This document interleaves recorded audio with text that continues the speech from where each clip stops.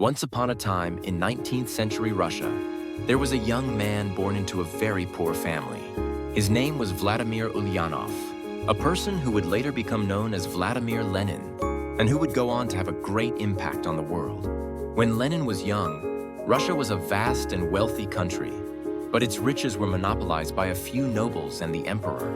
Most of the people were suffering from poverty and oppression. His brother's participation in a movement against the emperor's rule and his subsequent execution became a source of great sorrow and anger for Lenin, and a trigger that drove him toward the path of revolution. He dreamed of creating a new society, where people would be free from poverty and live in equality. To make this dream a reality, he delved deeply into the ideas of Karl Marx, or communism, and came to believe that workers and peasants could change society by uniting and starting a revolution. However, the emperor at the time would not tolerate such movements. Lenin was arrested multiple times, exiled to Siberia, and forced into exile abroad, enduring difficult days. Yet his belief never wavered.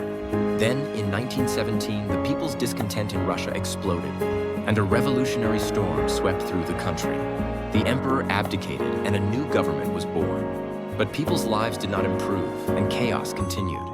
At this time, Lenin returned to Russia from exile and decided to advance the revolution further. He led his comrades, the Bolsheviks, and rallied the people with slogans like "All power to the Soviets" and "Peace, land, and bread."